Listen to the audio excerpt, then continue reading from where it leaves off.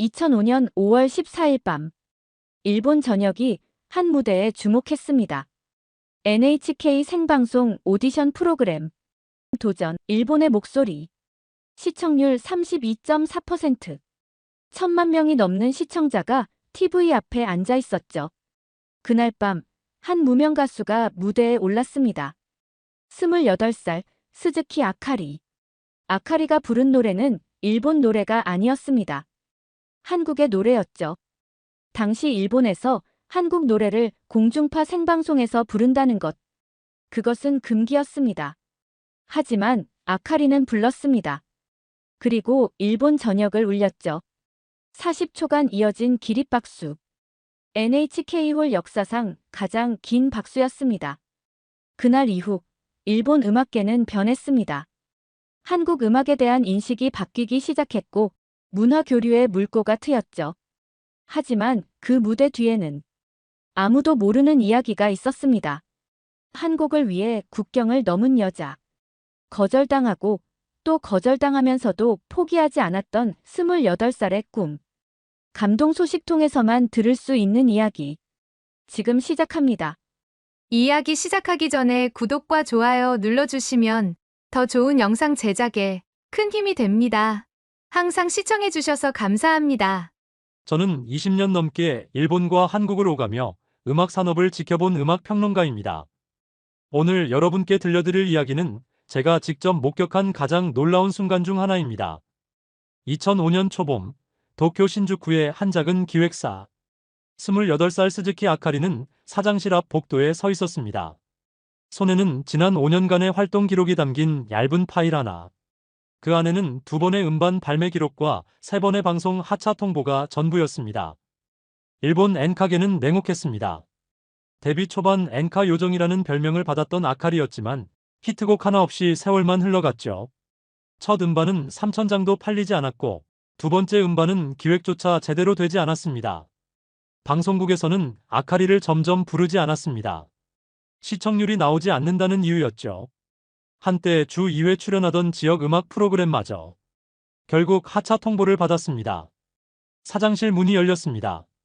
담배 연기가 자욱한 방 안, 사장의 표정은 딱딱했습니다. 그가 건넨 말은 짧고 명확했습니다. 다음 달 오디션이 마지막 기회야.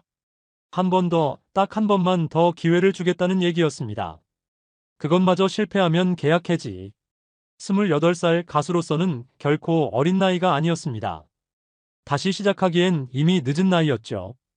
그날 밤, 아카리는 자신의 작은 원룸으로 돌아왔습니다. 거울 앞에 서서 자신을 바라봤습니다. 노래를 부르는 게 좋아서 시작한 길이었는데 어느새 노래가 두려워지고 있었습니다. 무대에 설 때마다 느껴지는 관객들의 무관심.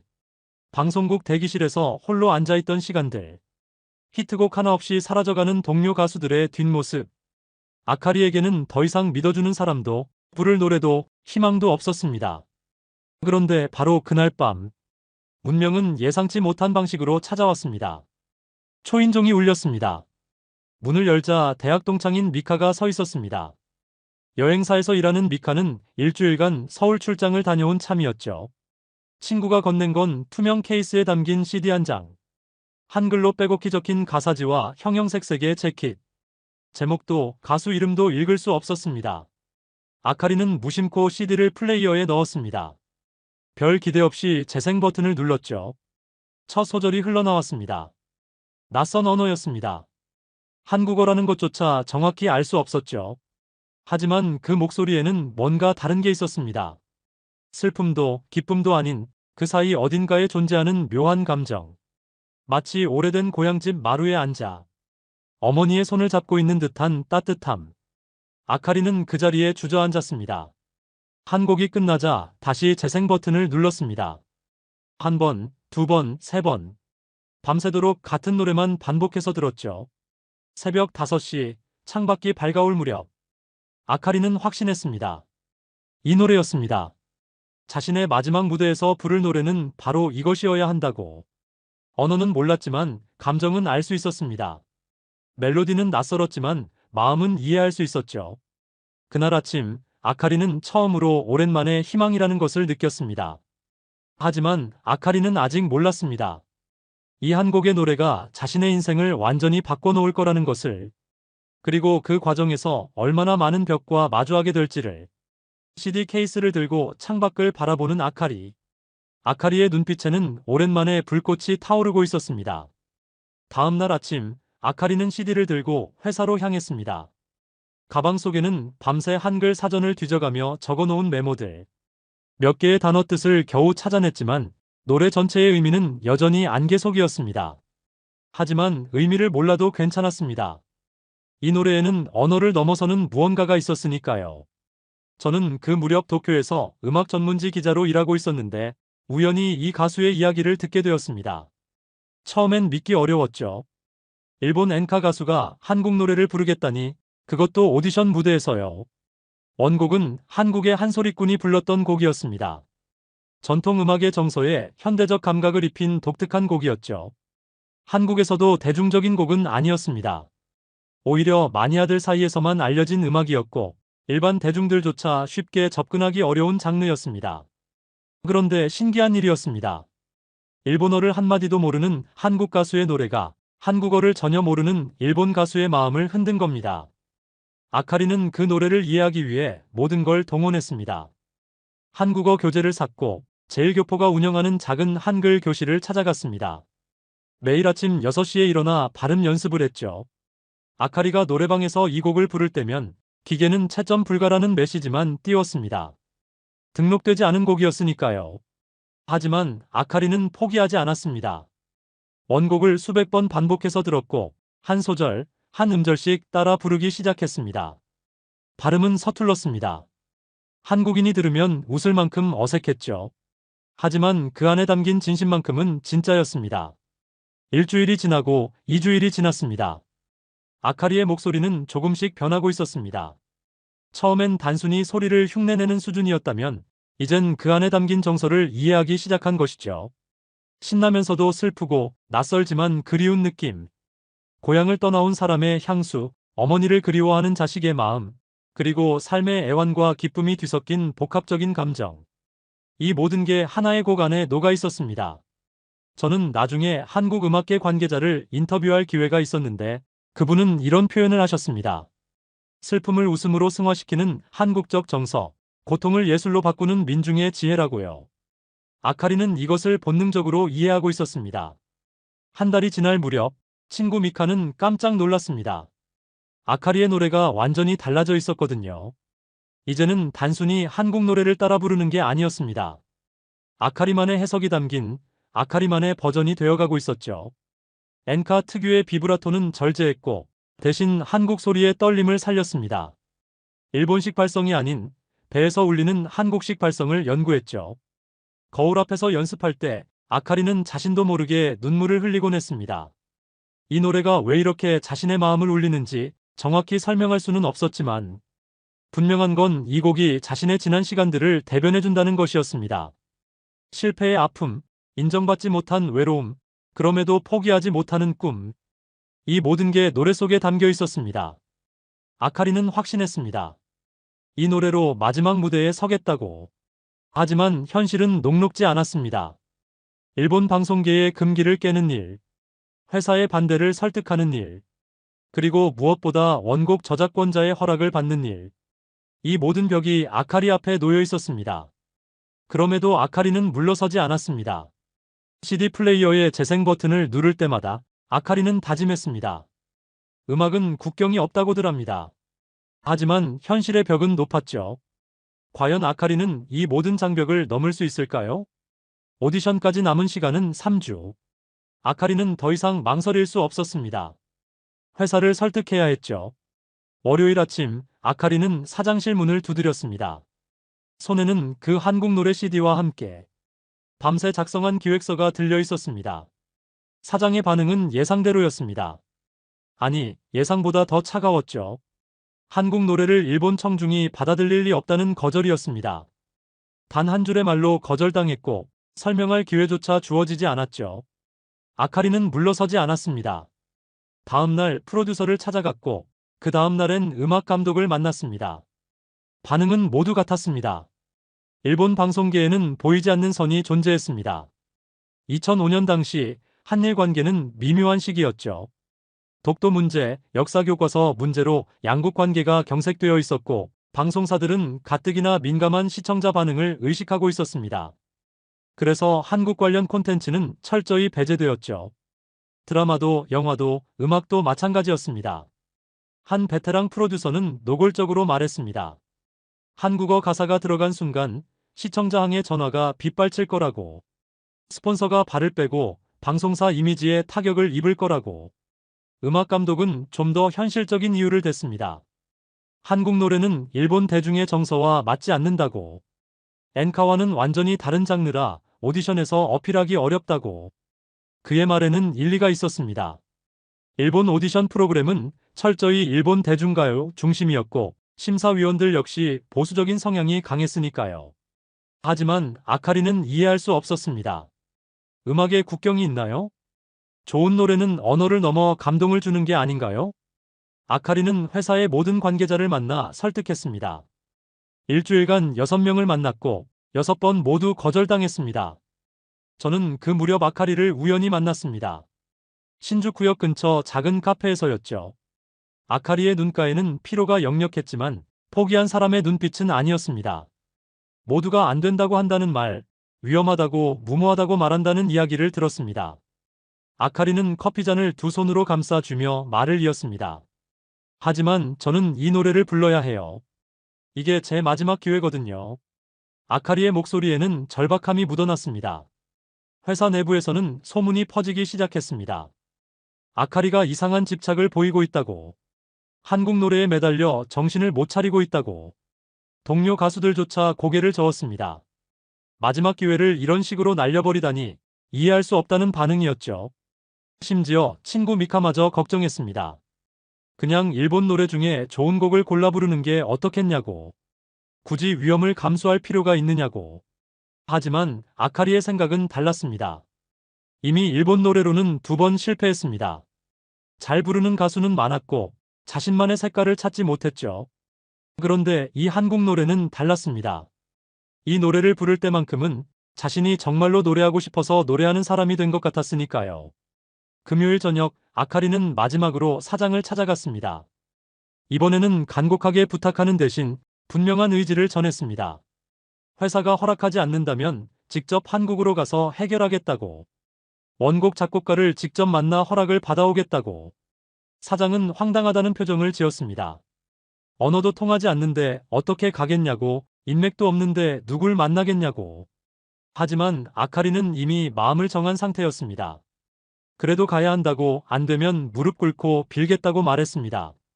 사장은 한숨을 쉬었습니다. 결국 허락도 반대도 아닌 애매한 말만 남겼습니다. 알아서 하되 회사는 책임 못 진다고. 그날 밤 아카리는 인터넷 검색창에 서울, 음악, 작곡가라는 단어를 쳤습니다. 한글 사이트는 읽을 수 없었지만 아카리는 포기하지 않았습니다. 제일교포 한글 선생님께 도움을 청했고 미카에게 여행 정보를 물었습니다. 그리고 일주일 뒤 아카리는 김포공항행 비행기 티켓을 끊었습니다. 준비물은 거의 없었습니다. 작은 가방 하나, 한일 사전 한 권, 그리고 CD 케이스 속 그 한국 노래. 통역은 한국어 회화책에 적힌 몇 마디 문장이 전부였고 숙소는 명동의 저렴한 게스트하우스 한 곳뿐이었습니다. 아무런 계획도 연줄도 없었습니다. 하지만 아카리에게는 확신이 있었죠. 무모한 도전이었을까요? 아니면 진심이 만들어낸 용기였을까요? 일본을 떠나는 비행기 안에서 아카리는 창밖을 바라보며 중얼거렸습니다. 비행기는 서울을 향해 날아갔습니다. 2005년 4월 김포공항. 비행기에서 내린 아카리는 그 순간 깨달았습니다. 자신이 얼마나 무모한 결정을 했는지. 공항 안내판의 한글은 전혀 읽을 수 없었고 안내방송은 한마디도 알아들을 수 없었습니다. 사람들이 오가는 모습, 간판, 표지판. 모든 게 낯설었죠. 아카리는 가방에서 메모장을 꺼냈습니다. 출발 전 한글 선생님께 받은 몇 가지 문장들. 명동 어디예요? 음악회사 찾아요. 도와주세요. 발음은 영 자신이 없었습니다. 하지만 시작은 해야 했죠. 공항버스를 타고 명동에 도착했을 때는 이미 저녁이었습니다. 네온 사인이 켜지기 시작한 거리, 한국어로 떠드는 사람들 사이를 걸으며 아카리는 이방인이라는 걸 뼈저리게 느꼈습니다. 게스트하우스 체크인을 마치고 방에 들어서자 갑자기 모든 게 막막해졌습니다. 도대체 어디서부터 시작해야 할까요? 작곡가의 이름은 아는데 연락처는 모릅니다. 소속사가 있는지 어디서 일하는지도 모릅니다. 그날 밤 아카리는 잠을 이루지 못했습니다. 창밖으로 들리는 한국어 대화 소리, 낯선 음식 냄새, 모든 게 아카리를 압도했죠. 다음 날 아침, 아카리는 명동거리로 나섰습니다. 손에는 CD 케이스와 메모장, 그리고 한일 사전. 아카리의 계획은 단순했습니다. 음반 가게를 찾아가 이 CD를 보여주고 작곡가나 제작사 정보를 얻는 것. 첫 번째 음반 가게. 주인은 친절했지만 바빴고 아카리의 서툰 한국어를 이해하지 못했습니다. 두 번째 가게. 주인은 CD를 보더니 고개를 저었습니다. 이런 음악은 취급하지 않는다는 몸짓이었죠. 세 번째, 네 번째, 다섯 번째. 거절은 계속되었습니다. 오후 2시쯤 아카리는 작은 카페에 앉았습니다. 커피 한 잔을 시키는 것도 쉽지 않았지만 메뉴판을 가리키며 겨우 주문했죠. 그때였습니다. 옆 테이블에서 기타를 치는 젊은 청년이 눈에 들어왔습니다. 아카리는 용기를 냈습니다. 청년에게 다가가 CD를 보여주며 메모장에 적힌 문장을 읽었습니다. 청년은 잠시 CD를 들여다보더니 놀란 표정을 지었습니다. 한국의 유명한 소리꾼의 곡이라는 걸 알아본 것이죠. 청년은 영어를 조금 할 줄 알았습니다. 더듬거리는 영어와 몸짓을 섞어가며 그는 아카리에게 중요한 정보를 알려주었습니다. 이 곡의 작곡가는 유명한 분이고 홍대 근처에 작업실이 있다고. 하지만 일반인이 쉽게 만날 수 있는 사람은 아니라고. 그래도 청년은 친절하게 약도를 그려주었습니다. 지하철 노선과 출구 번호까지 꼼꼼하게. 아카리는 감사 인사를 여러 번 했습니다. 감사합니다라는 말을 한글로 처음 제대로 배운 순간이었죠. 다음 날 아카리는 홍대로 향했습니다. 복잡한 지하철역, 수많은 사람들. 길을 잃을 뻔했지만 청년이 그려준 약도를 보며 겨우 찾아갔죠. 작업실이 있다는 건물 앞. 5층짜리 낡은 건물이었고 간판들이 빼곡하게 붙어 있었습니다. 계단을 올라가며 아카리의 심장은 빠르게 뛰었습니다. 3층, 4층을 지나 마침내 한문 앞에 섰습니다. 문에는 한글로 이름이 적혀 있었지만 읽을 수 없었습니다. 하지만 직감적으로 알 수 있었죠. 여기가 맞다는 것을. 아카리는 깊게 숨을 들이마시고 문을 두드렸습니다. 안에서 남자 목소리가 들렸습니다. 문을 열고 들어서자 40대 중반쯤 되어 보이는 남자가 앉아 있었습니다. 책상 위에는 악보들이 가득했고 벽에는 여러 음반 재킷들이 붙어 있었죠. 아카리는 준비해온 한국어 문장을 읽었습니다. 서툴고 떨리는 목소리로. 작곡가는 처음엔 의아해했습니다. 일본인 여성이 갑자기 찾아와 무슨 말을 하는지 알아듣기 어려웠죠. 아카리는 CD를 꺼내 보여주었습니다. 그리고 메모장에 적어온 문장들을 하나씩 가리켰습니다. 작곡가의 표정이 조금씩 변했습니다. 그는 아카리의 이야기를 듣기 시작했고 통역 앱을 통해 대화가 이어졌습니다. 30분간의 대화 끝에 작곡가는 조용히 고개를 저었습니다. 노래는 기술이 아니라 마음이라고. 그 정서를 이해하지 못하면 부를 자격이 없다고. 그의 말은 단호했습니다. 이 노래는 한국의 정서, 한국인의 애환이 담긴 곡이라고. 단순히 잘 부르는 것만으로는 부족하다고. 노래의 뿌리를 이해하지 못한다면 소용없다고. 아카리는 무너져 내렸습니다. 여기까지 왔는데 이렇게 끝날 수는 없었습니다. 아카리는 눈물을 참으며 말했습니다. 서툰 한국어로, 그리고 몸짓으로. 일본에서 얼마나 많이 연습했는지, 이 노래가 자신에게 얼마나 소중한지, 마지막 기회라는 것을. 하지만 작곡가의 대답은 변하지 않았습니다. 건물 밖으로 나온 아카리. 아카리는 골목 구석에 주저앉아 울었습니다. 서울까지 와서 거절당하다니. 이제 정말 끝인 걸까요? 하지만 아카리는 몰랐습니다. 이것이 진짜 시작이라는 것을. 그리고 며칠 뒤 더 큰 기적이 아카리를 기다리고 있다는 것을. 명동 게스트하우스로 돌아오는 지하철 안. 창밖으로 스쳐가는 서울의 풍경을 바라보며 아카리는 다짐했습니다. 포기할 수 없었습니다. 여기까지 왔는데 이렇게 돌아갈 수는 없었으니까요. 거절당한 다음 날 아침. 아카리는 포기하지 않았습니다. 게스트하우스 주인 아주머니에게 물었죠. 노래방이 어디 있냐고. 몸짓과 노래방이라는 단어로 간신히 의사를 전달했습니다. 아주머니는 골목 안쪽을 가리켰습니다. 걸어서 5분 거리에 작은 노래방이 있다고. 아카리는 그곳으로 향했습니다. 행복 노래방이라는 간판이 붙은 2층 건물. 계단을 올라가자 30대 중반쯤 되어 보이는 사장이 반겼습니다. 사장은 일본어를 전혀 못했지만 아카리가 외국인이라는 걸 금방 알아챘죠. 요금을 계산기로 보여주고 방을 안내했습니다. 작은 방, 낡은 소파, 오래된 마이크. 하지만 아카리에게는 그것으로 충분했습니다. 아카리는 가방에서 CD를 꺼내 재생했습니다. 노래방 기계에는 당연히 이 곡이 없었으니까요. 원곡이 흘러나왔고 아카리는 따라 부르기 시작했습니다. 1시간, 2시간, 3시간. 같은 노래만 반복했습니다. 노래방 사장이 걱정스러운 표정으로 문을 두드렸을 때 아카리는 이미 목이 쉬어 있었습니다. 사장은 물을 가져다 주며 몸짓으로 물었습니다. 괜찮냐고, 왜 계속 같은 노래만 부르냐고. 아카리는 메모장을 꺼내 보여주었습니다. 사장은 고개를 끄덕였습니다. 말은 통하지 않았지만 절박함은 통했던 것이죠. 그날부터 아카리의 일과가 시작되었습니다. 아침 9시에 노래방 문을 열고 오후 3시까지 쉬지 않고 연습했습니다. 점심은 김밥 한 줄로 때우고 다시 저녁 6시까지 노래했죠. 하루 6시간 같은 노래만 수백 번 반복했습니다. 사흘째 되는 날, 노래방 사장이 옆방으로 아카리를 데려갔습니다. 그곳에는 한 청년이 앉아 있었죠. 대학에서 음악을 전공하는 학생이었고 아르바이트로 노래방에서 일한다고 했습니다. 그는 조금 영어를 할 줄 알았고 아카리의 사정을 전해 들었습니다. 청년이 도와주겠다고 말했습니다. 청년의 이름은 민수였습니다.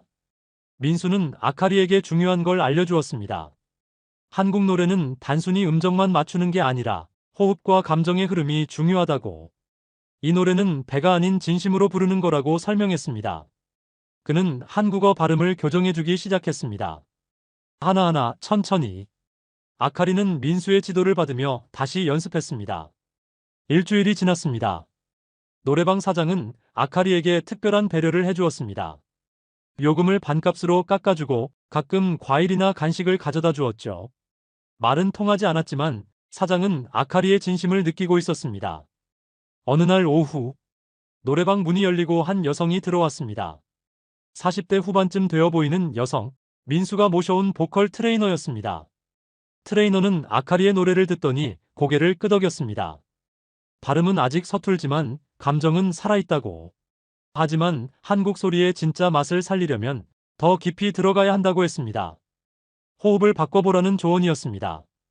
더 길게, 더 깊게. 아카리는 트레이너에게 한국 전통 음악의 호흡법을 배웠습니다. 판소리처럼 배에서 올라오는 소리, 끝을 흐리지 않고 정확하게 마무리하는 방법. 아카리는 스펀지처럼 흡수했습니다. 이틀에 한 번씩 트레이너는 노래방을 찾아와 아카리를 지도했습니다. 돈을 받지 않았죠. 그저 진심으로 노래하는 사람을 돕고 싶다는 마음뿐이었습니다. 2주가 지났습니다. 아카리의 노래는 확연히 달라져 있었습니다. 처음 서울에 왔을 때와는 완전히 다른 소리였죠. 한국어 발음은 여전히 완벽하지 않았습니다. 어색한 부분도 있었고 가끔 억양이 틀릴 때도 있었습니다.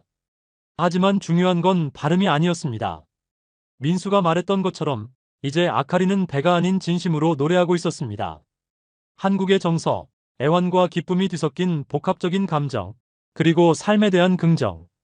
이 모든 게 아카리의 목소리에 담기기 시작했습니다. 어느 날 저녁 노래방 사장과 민수, 그리고 트레이너가 함께 모였습니다. 아카리의 노래를 듣기 위해서였죠. 노래가 끝나자 세 사람은 박수를 쳤습니다. 사장은 한국어로 뭐라 말했고 민수가 통역해 주었습니다. 이제 됐다고, 아카리는 한국의 마음을 이해했다고. 아카리는 그 말에 눈물을 흘렸습니다. 2주간 명동의 작은 노래방에서 아카리는 기술이 아닌 마음을 배웠습니다. 완벽한 발음이 아닌 진실한 감정을 담는 법을 익혔죠. 언어는 여전히 서툴렀지만 노래는 이제 진짜가 되어 있었습니다. 그날 밤 게스트하우스 방에서 아카리는 다시 한번 결심했습니다. 내일 다시 작곡가님을 찾아가자. 이번에는 달랐습니다. 이번에는 진짜 준비가 되어 있었으니까요. 2주 전 거절당했던 그 사무실, 아카리는 다시 그곳을 향해 걸어갔습니다. 손에는 여전히 CD 케이스 하나뿐이었지만 이번엔 달랐습니다. 목소리에 한국의 마음이 담겨 있었으니까요. 서울에 온 지 3주째 되는 날, 아카리는 새벽 5시에 일어났습니다. 홍대 작업실까지 가는 지하철은 아직 운행 전이었고 첫 차는 5시 30분이었죠. 아카리는 어둠 속을 걸어 지하철역으로 향했습니다. 명동거리는 아직 조용했고 가로등만이 길을 밝히고 있었습니다. 첫 차를 타고 홍대 입구역에 도착했을 때 시계는 6시 20분을 가리키고 있었습니다. 작업실 건물 앞, 아카리는 계단 앞에 앉았습니다. 작곡가가 출근할 때까지 기다리기로 한 거죠. 1시간, 2시간이 지났습니다. 아침 출근길 사람들이 하나둘 지나갔고 건물 안으로 들어가는 사람들도 보였습니다. 오전 9시 30분. 익숙한 뒷모습이 보였습니다. 2주 전 아카리를 거절했던 바로 그 작곡가였죠. 아카리는 벌떡 일어섰습니다. 작곡가는 아카리를 보자 놀란 표정을 지었습니다. 통역 앱으로 들은 그의 목소리에는 의아함이 묻어났습니다. 아직 서울에 있었냐는 물음이었죠. 아카리는 고개를 숙이며 간청했습니다. 한 번만 더 들어달라고. 작곡가는 한숨을 쉬었습니다. 하지만 새벽부터 기다렸을 아카리를 그냥 돌려보낼 수는 없었죠. 그는 문을 열고 안으로 들어갔습니다. 작업실 안. 2주 전과 같은 공간이었지만 아카리의 마음은 완전히 달라져 있었습니다. 작곡가가 말했습니다. 부르고 싶다면 불러보라고. 하지만 달라진 게 없다면 소용없다고. 아카리는 숨을 깊이 들이마셨습니다. 눈을 감았습니다. 그리고 노래하기 시작했습니다. 첫 소절부터 달랐습니다. 2주 전에 아카리는 원곡을 따라하려고 애썼습니다. 발음을 맞추려 하고 음정을 정확히 내려 했죠. 하지만 지금은 달랐습니다. 명동 노래방에서 배운 호흡, 민수가 알려준 한국어의 정서, 트레이너가 가르쳐준 깊은 울림. 그리고 무엇보다 2주간 서울거리를 걸으며 느낀 한국의 정서. 이 모든 게 아카리의 목소리에 담겨 있었습니다. 작곡가는 처음엔 팔짱을 끼고 있었습니다. 표정은 여전히 단호했죠. 하지만 1절이 지나고 후렴구가 시작될 무렵 그의 표정이 조금씩 변하기 시작했습니다. 2절. 아카리의 목소리에는 떨림이 있었습니다. 감정이 북받쳐 올라왔기 때문이었죠. 일본에서의 실패, 서울에서의 외로움, 그리고 이 노래를 향한 간절함. 모든 게 노래 속에 녹아들었습니다. 노래가 끝났습니다. 작업실 안은 고요했습니다. 작곡가는 한동안 아무 말이 없었죠. 그리고 천천히 고개를 들었습니다. 그의 눈에는 무언가 다른 빛이 있었습니다. 많이 나아졌다는 말이 침묵 끝에 나왔습니다. 아카리는 희망을 느꼈습니다. 드디어 인정받는 걸까요? 하지만 작곡가의 다음 말은 달랐습니다. 이 노래는 문화까지 이해해야 한다고. 또다시 거절이었습니다. 발음도 나아졌고 감정도 살아났지만 여전히 부족하다는 거였죠. 한국의 정서, 한국의 문화. 그것까지 이해하지 못한다면 이 노래를 진정으로 소화할 수 없다는 뜻이었습니다. 아카리는 고개를 떨구었습니다. 2주간의 노력이 무너지는 순간이었죠. 작곡가는 조심스럽게 덧붙였습니다. 노래는 잘 부르고 있지만 이 곡의 배경과 의미를 더 깊이 알아야 한다고. 한국인에게도 쉽지 않은 노래인데 외국인이 부르기엔 더욱 어렵다고. 아카리는 눈물을 참았습니다. 그래도 고맙다는 말을 남기고 작업실을 나왔습니다. 복도에 나서자 눈물이 터져 나왔습니다. 계단에 주저앉아 한참을 울었죠. 여기까지 왔는데, 2주나 연습했는데, 여전히 부족하다니. 하지만 아카리는 몰랐습니다. 작곡가가 문 뒤에서 복잡한 표정을 짓고 있다는 것을. 사실 그는 감동받았습니다. 2주 만에 이렇게 달라질 수 있다니. 외국인이 이렇게 한국 노래를 소화할 수 있다니. 하지만 쉽게 허락할 수 없었습니다. 이 노래는 그에게도 원곡 가수에게도 소중한 곡이었고 함부로 내줄 수 없었죠. 그런데 그날 저녁 작곡가에게 전화가 걸려왔습니다. 명동 노래방 사장이었습니다. 그 일본 여자를 아냐는 물음이었죠. 사장은 말했습니다. 2주간 매일 같은 노래만 부르던 일본 여자, 진심으로 노래를 사랑하는 사람이었다고. 자신도 단골 손님들도 모두 감동받았다고. 전화를 끊고 작곡가는 생각에 잠겼습니다. 그리고 문득 깨달았습니다. 아카리의 노래가 이미 한국 사람들의 마음을 움직이고 있다는 것을. 노래방 사장뿐이 아니었습니다. 민수도, 보컬 트레이너도, 게스트하우스 주인도, 아카리를 도운 모든 사람이 아카리의 진심에 감동받았던 겁니다. 문화를 이해해야 한다고 말했지만 어쩌면 아카리는 이미 이해하고 있는 건 아닐까. 머리가 아닌 마음으로, 지식이 아닌 경험으로. 작곡가는 컴퓨터를 켰습니다. 이메일 창을 열었죠. 그리고 한국의 원곡 가수께 메일을 쓰기 시작했습니다. 특별한 일본 가수가 있다는 이야기를. 그날 밤 서울 어딘가에서는 아카리가 홀로 울고 있었고 다른 곳에서는 아카리를 향한 기적의 문이 조용히 열리고 있었습니다. 또다시 거절당한 아카리. 아카리는 더 이상 희망이 없다고 생각했습니다. 게스트하우스로 돌아와 침대에 누웠지만 잠은 오지 않았죠. 일본으로 돌아가야 할까? 이대로 포기해야 할까? 오디션까지 남은 시간은 일주일. 서울에서만 3주를 보냈고 이제 정말 시간이 없었습니다. 다음 날 아침 아카리는 귀국 항공편을 알아보기 시작했습니다. 더 이상 할 수 있는 게 없다고 생각했으니까요. 그런데 그날 오후 3시 게스트하우스 로비에 있던 공용 컴퓨터에서 이메일을 확인하던 순간이었습니다. 새 메일 한 통. 발신자는 모르는 한글 이름이었습니다. 이메일을 열었습니다. 한글로 빼곡하게 적힌 내용. 아카리는 급히 통역 사이트의 내용을 복사했습니다. 그리고 번역된 문장을 읽는 순간 아카리는 숨이 멎는 듯 했습니다. 이메일은 한국의 원곡 가수와 작곡가 팀이 함께 보낸 것이었습니다. 작곡가가 아카리의 사연을 전했고 원곡 가수가 직접 이메일을 쓴 거였죠. 이메일에는 아카리의 이야기가 담겨 있었습니다. 3주간 서울에 머물며 노래를 배운 이야기, 명동 노래방에서 매일 연습한 이야기, 그리고 진심으로 이 노래를 사랑한다는 이야기. 처음엔 우려가 많았다는 내용도 있었습니다. 한국 노래를 외국인이 제대로 표현할 수 있을까, 한국의 정서를 이해할 수 있을까 하는 걱정. 하지만 아카리가 보여준 진심과 노력을 보며 음악은 정말 국경을 넘는다는 것을 깨달았다는 내용이었습니다. 그리고 마지막 문장. 리메이크를 허락합니다. 아카리는 화면을 멍하니 바라보았습니다. 한 번, 두 번 다시 읽었습니다. 믿을 수가 없었죠. 그리고 천천히 눈물이 흘러내렸습니다. 로비 소파에 주저앉아 아카리는 울었습니다. 게스트하우스 주인 아주머니가 놀라 달려왔지만 아카리는 울음을 멈출 수 없었습니다. 기쁨의 눈물이었습니다. 감사의 눈물이었습니다. 3주간의 시간, 수없이 거절당한 날들, 명동 노래방에서의 땀과 눈물, 낯선 한국어와 씨름하던 밤들. 모든 게 헛되지 않았습니다. 저는 나중에 한국의 원곡 가수를 인터뷰할 기회가 있었는데 선생님은 처음엔 거절하려 했다고 솔직히 말씀하셨습니다. 한국 노래는 한국인의 아픔과 기쁨이 담긴 것이니까요. 하지만 작곡가로부터 아카리의 이야기를 듣고 마음이 움직였다고 했습니다.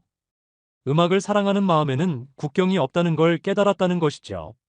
이메일에는 조건도 함께 적혀 있었습니다. 일본어로 번안할 때도 노래의 정서를 해치지 말 것. 그리고 한국어 원곡의 일부는 그대로 살려줄 것. 아카리는 당연히 받아들였습니다. 오히려 그렇게 하고 싶었으니까요. 그날 저녁 아카리는 노래방 사장을 찾아갔습니다. 민수와 트레이너에게도 연락했죠. 게스트하우스 주인 아주머니도 함께였습니다. 노래방 작은 방에 모두 모였습니다. 아카리는 그들에게 이메일 내용을 보여주었고 민수가 통역해 주었습니다. 모두가 박수를 쳤습니다. 사장은 소주를 가져왔고 주인 아주머니는 떡을 가져왔습니다. 한국어와 일본어가 뒤섞인 자리였지만 마음은 하나였습니다. 그날 밤 아카리는 일본 회사에 전화를 걸었습니다. 시차 때문에 도쿄는 한밤중이었지만 사장은 전화를 받았습니다. 허락을 받았다는 소식에 사장도 놀라움을 감추지 못했습니다. 정말 해냈다는 감동이 목소리에 묻어났죠. 회사는 즉시 음원 제작을 준비하기 시작했습니다. 편곡자를 섭외하고 녹음 스튜디오를 예약했죠. 하지만 오디션까지는 일주일밖에 남지 않았습니다. 아카리는 그 일주일을 서울에서 보내기로 했습니다. 마지막 연습을 하기 위해서였죠. 민수와 트레이너는 끝까지 함께 해주었습니다. 이제는 단순한 도움이 아니었습니다. 함께 꿈을 이뤄가는 동료가 된 거죠. 일주일 동안 아카리는 더욱 집중했습니다. 한국어 파트의 발음을 완벽하게 다듬었고 일본어로 번안된 가사도 원곡의 정서를 해치지 않도록 수없이 고쳐 불렀습니다. 홍대 작업실의 작곡가도 몇 번 찾아와 조언을 해주었습니다. 처음 아카리를 거절했던 그 사람이 이제는 가장 든든한 조력자가 되어 있었죠. 그는 아카리에게 이미 이 노래의 주인이라고 격려했습니다. 출국 전날 밤, 명동 노래방에서 마지막 연습을 마친 아카리는 모두에게 인사를 했습니다. 말은 여전히 서툴렀지만 감사하다는 마음만큼은 확실히 전달되었습니다. 사장은 작은 선물을 건넸습니다. 한국 전통 매듭으로 만든 열쇠고리였죠. 행운을 빈다는 의미였습니다. 게스트하우스로 돌아오는 길, 3주 전 처음 걸었던 명동 거리가 이제는 낯설지 않았습니다. 아니, 고향처럼 느껴졌습니다. 서울은 아카리에게 단순한 외국이 아니었습니다. 두 번째 고향이 되어 있었죠. 다음 날 아침 김포공항, 민수와 노래방 사장이 배웅을 나왔습니다. 민수는 손을 흔들며 꼭 성공하라고 힘차게 응원했습니다. 비행기가 이륙했습니다. 창밖으로 보이는 서울의 모습. 아카리는 생각했습니다. 음악은 정말 국경을 넘는구나. 3주간의 서울 생활. 그것은 단순히 노래를 배운 시간이 아니었습니다. 마음과 마음이 연결되는 기적을 경험한 시간이었죠. 이제 남은 건 단 하나. 일본 무대에서 이 노래를 세상에 들려주는 것. 과연 일본 청중은 어떤 반응을 보일까요? 운명의 무대가 아카리를 기다리고 있었습니다. 2005년 5월 14일. 일본 전국 생방송 오디션 도전. 일본의 목소리 본선. 도쿄 시부야 NHK홀. 400명의 관객이 객석을 가득 메웠고 카메라 5대가 무대를 향하고 있었습니다. 심사위원석에는 일본 가요계의 거장들이 앉아 있었죠. 유명 프로듀서, 베테랑 작곡가, 그리고 전설적인 엔카 가수. 이날 본선에는 20명의 참가자가 있었습니다. 모두 예선을 통과한 실력자들이었고 각자의 꿈을 안고 무대에 섰죠. 아카리는 16번째 순서였습니다. 대기실에서 아카리는 긴장하고 있었습니다. 손은 계속 떨렸고 목은 바짝 말라 있었죠. 회사 사장이 격려했지만 아카리의 불안은 가시지 않았습니다. 무대 감독이 찾아왔습니다. 그리고 조심스럽게 제안했습니다. 한국어 가사 부분은 빼는 게 어떻겠냐고. 청중이 이해하지 못할 거라고. 심사에서 불리할 수 있다고. 심사위원석에서도 같은 의견이었습니다. 방송 전 회의에서 프로듀서가 아카리의 곡목을 보고 난색을 표했죠. 한국 노래라니 방송 사고가 날 수도 있다고. 하지만 아카리는 결심했습니다. 한국어 부분은 절대 빼지 않겠다고. 그것이 이 노래의 정체성이고 서울에서 배운 진심이 담긴 부분이니까요. 아카리는 죄송하지만 원곡 그대로 부르겠다고 단호하게 대답했습니다. 무대 감독은 한숨을 쉬며 물러났습니다. 15번째 참가자의 노래가 끝났습니다. 객석에서 박수가 터졌고 심사위원들이 평가를 시작했습니다. 그리고 드디어 사회자가 아카리의 이름을 호명했습니다. 아카리는 깊게 숨을 들이마시고 무대로 걸어나갔습니다. 스포트라이트가 아카리를 비췄고 400명의 시선이 아카리에게 쏠렸습니다. 사회자가 어떤 곡을 준비했냐고 물었습니다. 아카리는 한국의 노래를 부르겠다고 답했습니다. 객석이 술렁였습니다. 한국 노래라는 말에 놀란 반응이었죠. 심사위원석에서도 눈빛이 바뀌었습니다. 한 심사위원은 고개를 갸우뚱했고 다른 심사위원은 팔짱을 꼈습니다. 반신반의하는 분위기. 아니, 어쩌면 이미 부정적인 분위기였습니다. 반주가 시작되었습니다. 아카리는 마이크를 잡았습니다. 그리고 그 순간 서울에서의 3주가 스쳐 지나갔습니다. 명동 노래방의 낡은 마이크, 민수의 따뜻한 격려, 트레이너의 세심한 지도, 그리고 원곡 가수의 허락. 모든 것이 이 한 곡을 위한 것이었습니다. 아카리는 눈을 감았습니다. 그리고 노래하기 시작했습니다. 첫 소절은 한국어였습니다. 객석이 조용해졌습니다. 심사위원들도 표정을 굳혔죠. 낯선 언어가 홀 안을 채웠습니다. 하지만 신기한 일이 벌어졌습니다. 아카리의 목소리에는 뭔가 특별한 게 있었습니다. 언어는 몰랐지만 감정은 전해졌죠. 애환과 기쁨이 뒤섞인 복합적인 정서, 삶의 고단함을 웃음으로 승화시키는 해악, 그리고 무엇보다 진심. 관객들은 가사를 이해하지 못했습니다. 하지만 마음은 이해했죠. 한 중년 여성 관객의 눈에서 눈물이 흘러내렸습니다. 자신도 모르게였죠. 심사위원석의 베테랑 프로듀서는 팔짱을 풀었습니다. 그리고 앞으로 몸을 기울였습니다. 1절이 지나고 후렴구 아카리의 목소리는 더욱 깊어졌습니다.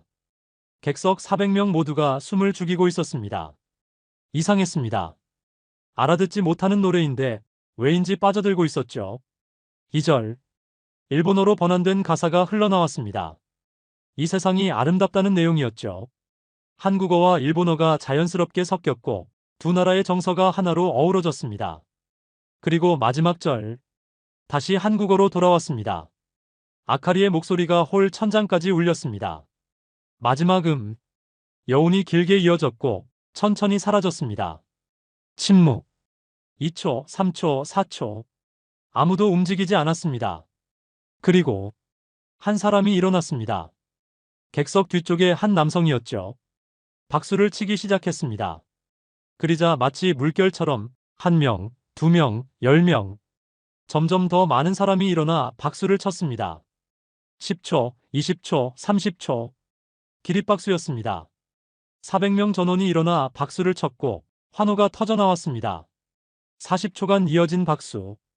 NHK홀 역사상 가장 긴 기립박수였습니다. 심사위원석도 마찬가지였습니다. 엄격하기로 유명한 프로듀서가 일어나 박수를 쳤고 전설의 엔카 가수는 눈물을 훔쳤습니다.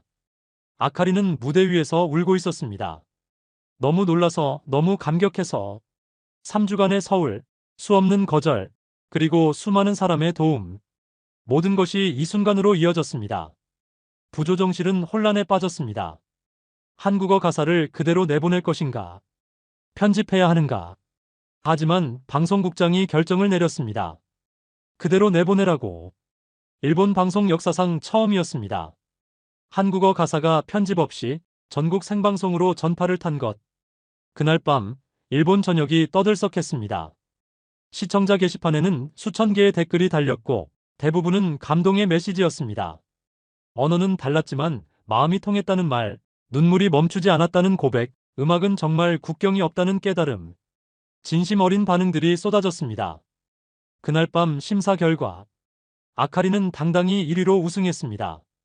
금기를 깬 무명 가수. 한국 노래로 일본을 감동시킨 기적. 이날 이후 일본 음악계는 변하기 시작했습니다. 한국 음악에 대한 편견이 조금씩 무너졌고 문화 교류의 물꼬가 트이기 시작했죠. 그리고 그 시작에는 28살 무명 가수가 있었습니다. 세계가 놀란 그날의 무대. 한국과 일본, 두 나라의 마음을 하나로 이은 노래. 음악은 정말로 국경을 넘었습니다. 2005년 5월 15일. 오디션 방송 다음 날, 일본은 뒤집혔습니다. 신문 일면에는 아카리의 사진이 실렸고, 인터넷 게시판은 그 무대 이야기로 가득 찼습니다. 긍정적인 반응이 압도적이었습니다. 국경을 넘은 감동이었다는 찬사, 음악의 힘을 다시 느꼈다는 고백, 눈물을 흘렸다는 솔직한 감상평. 하지만 부정적인 목소리도 있었습니다. 한국 노래를 일본 방송에서 내보낸 것에 대한 비난, 전통을 무시했다는 지적, 상업적 전략이라는 의심. 아카리는 그 모든 반응을 조용히 받아들였습니다. 논란이 있을 줄 알았으니까요. 하지만 중요한 건 달랐습니다. 음악이 사람들의 마음을 움직였다는 사실. 그것만으로 충분했습니다. 오디션 우승 3일 후, 아카리는 다시 서울행 비행기에 올랐습니다. 고마움을 전하기 위해서였습니다.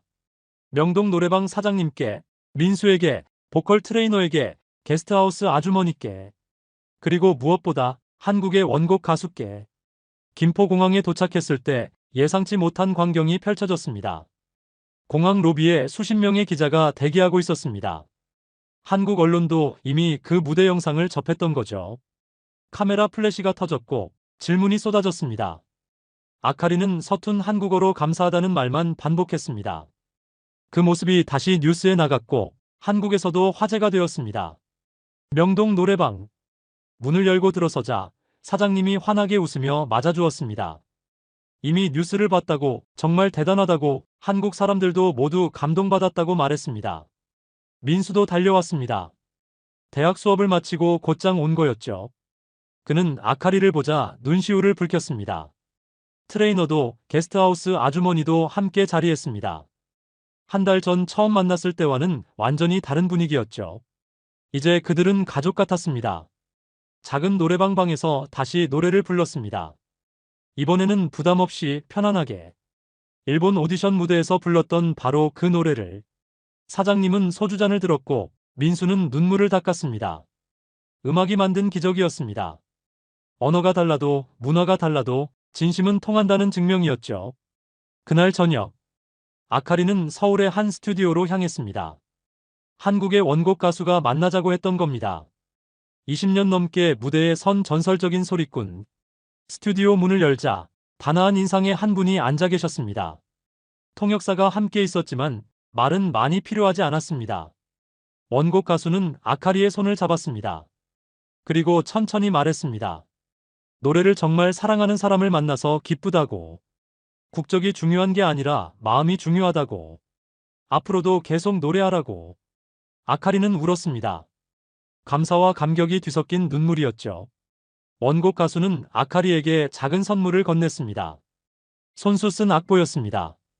이 노래의 원본 악보에 친필 사인과 함께 격려의 메시지가 적혀 있었죠. 아카리는 그 악보를 소중히 가슴에 안았습니다. 두 사람은 함께 차를 마시며 음악 이야기를 나눴습니다. 통역을 거쳐서였지만 마음은 바로 통했습니다. 노래의 의미에 대해, 무대에 서는 마음가짐에 대해, 그리고 음악이 주는 위로에 대해. 시간 가는 줄 몰랐습니다. 헤어질 때 원곡 가수가 말했습니다. 일본에서 이 노래가 더 많은 사람에게 닿기를 바란다고. 그것이 음악이 가진 진짜 힘이라고. 아카리는 깊이 고개 숙여 인사했습니다. 2005년 6월, 아카리의 첫 정규 앨범이 발매되었습니다. 타이틀곡은 당연히 그 노래였습니다. 한국어와 일본어가 섞인 특별한 버전이었죠. 앨범은 발매 첫 주에 10만 장이 팔렸습니다. 아카리의 이전 앨범들과는 비교할 수 없는 수치였습니다. 더 놀라운 건 한국에서의 반응이었습니다. 한국 음반 시장에도 수입되어 판매되었고 한국 팬들도 생겨나기 시작했습니다. 일본 가수의 노래를 한국 사람들이 듣는다는 것. 그것은 당시로서는 매우 이례적인 일이었습니다. 음악 차트에서도 변화가 일었습니다. 한국 노래에 대한 관심이 높아졌고 몇몇 한국 가수들이 일본 차트에 이름을 올리기 시작했습니다. 물론 모든 게 단번에 바뀐 건 아니었습니다. 여전히 편견은 있었고 장벽도 높았습니다. 하지만 작은 물꼬는 트였습니다. 그리고 그 시작에 아카리가 있었습니다. 2005년 9월, 아카리는 서울에서 첫 단독 콘서트를 열었습니다. 500석 규모의 작은 공연장이었지만 티켓은 일주일 만에 매진되었습니다. 공연장에는 한국 팬들이 가득 찼습니다. 명동 노래방 사장님도, 민수도, 트레이너도, 게스트하우스 아주머니도 모두 객석에 앉아 있었죠. 아카리는 무대에 올라 먼저 서툰 한국어로 인사했습니다. 감사하다고, 이 자리에 설 수 있어서 행복하다고. 그리고 노래하기 시작했습니다. 한국어로, 일본어로, 때로는 두 언어가 섞여서 객석에서는 환호와 박수가 터져나왔습니다. 언어의 장벽 같은 건 없었습니다. 음악만이 흐를 뿐이었죠. 공연 중간 아카리는 이야기했습니다. 4개월 전 서울에 처음 왔을 때를 떠올린다고. 아무것도 모르고 아무도 모르는 상태로 이 거리를 헤맸다고. 하지만 많은 사람이 도와주었고 그 덕분에 지금 여기 서 있다고. 그리고 이 노래는 이제 자신의 노래가 아니라고. 한국과 일본, 두 나라 사람들이 함께 만든 노래라고. 객석에서 환호가 다시 터져나왔습니다. 앙코르 무대. 아카리는 원곡 그대로를 불렀습니다. 한국어로만 된 순수한 원곡을 500명의 관객이 숨을 죽이고 들었습니다. 그리고 노래가 끝나자 모두가 일어나 박수를 보냈습니다. 일본 NHK홀에서의 그 기립박수처럼 음악은 정말로 국경을 넘고 있었습니다. 저는 그 공연을 취재하러 갔었습니다. 음악 평론가로서 이 역사적인 순간을 기록하고 싶었으니까요. 공연이 끝나고 아카리를 인터뷰할 기회가 있었습니다. 저는 물었습니다. 왜 그렇게까지 이 노래에 집착했냐고. 일본 노래를 불렀어도 성공할 수 있었을 텐데. 아카리는 잠시 생각하더니 대답했습니다. 음악에는 국적이 없다고. 좋은 노래는 어디서 왔든 좋은 노래라고. 그걸 증명하고 싶었다고. 그리고 덧붙였습니다. 이 노래를 통해 자신도 배웠다고. 진심으로 무언가를 사랑하면 길은 열린다는 것을, 그리고 도와주는 사람이 반드시 나타난다는 것을. 단순하지만 깊은 진리였습니다. 2006년 아카리는 한일문화교류대사로 임명되었습니다. 양국을 오가며 공연을 하고 젊은 음악가들을 격려하는 역할이었죠. 그 무렵 한국 드라마가 일본에서 인기를 끌기 시작했습니다. 한류의 시작이었죠. 물론 아카리 혼자 만든 변화는 아니었습니다. 하지만 그녀가 연작은 문이 더 큰 교류의 물꼬를 텄다는 건 부정할 수 없습니다. 2007년 아카리는 두 번째 정규 앨범을 냈습니다. 이번에도 한국 노래 한 곡이 포함되어 있었고 한국 작곡가와의 협업곡도 있었습니다. 음악 산업이 조금씩 변하고 있었습니다. 저는 그 후로도 아카리를 종종 만났습니다. 취재도 하고 때로는 개인적인 이야기도 나누었죠. 2010년 어느 날 서울 명동 거리에서 우연히 마주쳤습니다. 아카리는 혼자 그 거리를 걷고 있었습니다. 저는 물었습니다. 아직도 이 거리에 오냐고. 아카리는 웃으며 대답했습니다. 1년에 한 번은 꼭 온다고. 자신의 시작점이니까. 우리는 함께 그 노래방을 찾아갔습니다. 5년 전 그곳은 그대로였습니다. 사장님도 여전히 그 자리에 계셨죠. 사장님은 아카리를 보고 반가워하셨습니다. 이제는 서로 말도 잘 통했습니다. 아카리의 한국어 실력이 많이 늘었거든요. 그날도 아카리는 그 작은 방에서 노래를 불렀습니다. 5년 전과 똑같은 노래를. 하지만 목소리는 달랐습니다. 더 깊어졌고 더 성숙해졌습니다. 무엇보다 더 자유로웠죠. 저는 그 순간을 지켜보며 생각했습니다. 음악의 힘에 대해, 국경을 넘는 감동에 대해, 그리고 진심의 가치에 대해. 2015년 한일 수교 50주년 기념 공연이 열렸습니다. 양국의 대표 음악가들이 함께하는 대규모 행사였고 아카리도 당연히 초대되었습니다. 그날 무대에는 한국의 원곡 가수도 함께 섰습니다. 10년 만의 만남이었죠. 두 사람은 함께 그 노래를 불렀습니다. 원곡 가수가 한국어로 부르고 아카리가 일본어로 화답하는 형식이었습니다. 객석에는 양국 국민 5,000명이 앉아 있었습니다. 모두가 감동의 눈물을 흘렸죠. 10년 전 한 무명 가수가 시작한 작은 도전이 이제 양국의 문화 교류를 상징하는 순간이 되어 있었습니다. 지금은 2025년입니다. 그때부터 20년이 흘렀습니다. 아카리는 여전히 활동하고 있습니다. 48살이 된 지금도 무대에 서고 노래하고 사람들을 감동시킵니다. 한국과 일본의 관계는 여전히 복잡합니다. 정치적 갈등도 있고 역사적 문제도 남아있죠.